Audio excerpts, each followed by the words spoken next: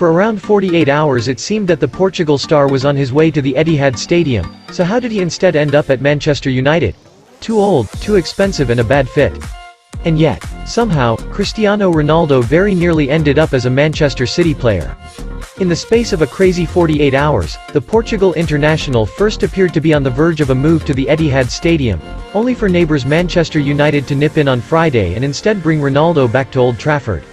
But how close did Pep Guardiola really come to adding the five-time Ballon d'Or winner to his squad?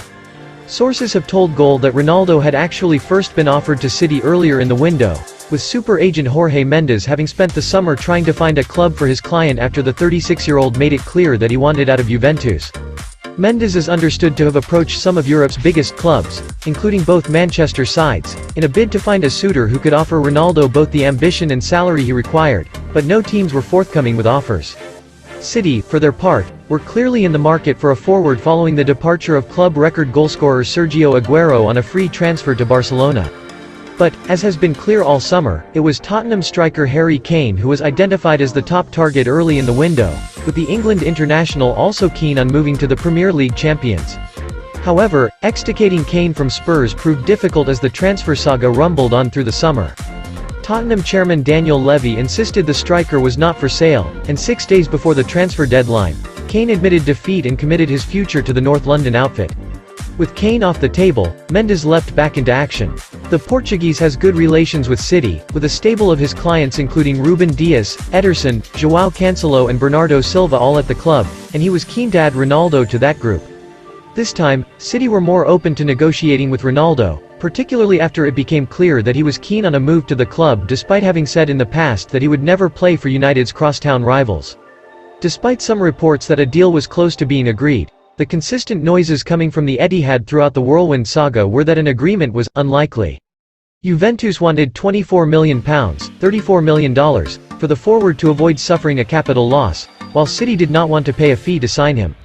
United eventually paid an initial £13 million, $18 million, with further add-ons valued at up to £7 million, $9 million, to add him to their forward line. While Ronaldo's return to Old Trafford is a romantic one, any agreement between City and Ronaldo would merely have been a marriage of convenience, and there were understood to be concerns on both sides. The ex-Real Madrid star turns 37 in February and therefore could never be considered a long-term signing, while there were issues over how he would fit into the squad too.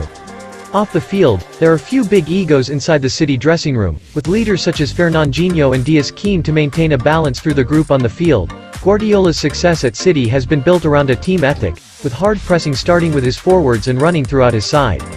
That is partly why he was able to lead City to a Premier League title and to the final of the Champions League last season despite Aguero being missing for much of it.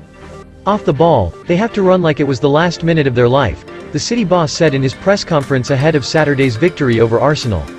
I don't like it when I see a player who doesn't run. I don't like it at all. They have to convince me why the other teammates can run and this guy cannot run. If he convinces me of that and convinces his mates, maybe. If he doesn't run for the other ones, I don't understand the theory. The guy that Guardiola spoke of was a purely hypothetical player, although some believed it was a pointed reference towards Ronaldo. His answers had been delivered shortly before 2 p.m. on Friday afternoon, when publicly Ronaldo's next move was still unknown, though it was becoming clearer that a move to United was on the cards. Within half an hour, City confirmed they would not be signing him.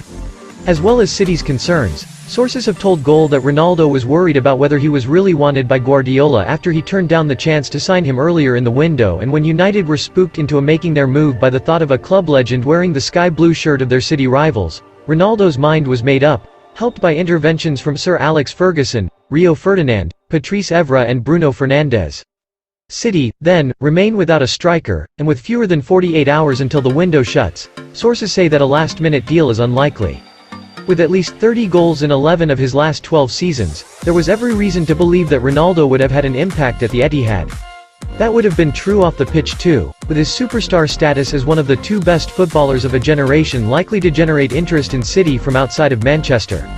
But there were also reasons why he was never a priority, and that is ultimately why what would have been one of the most surprising transfers of all time never happened.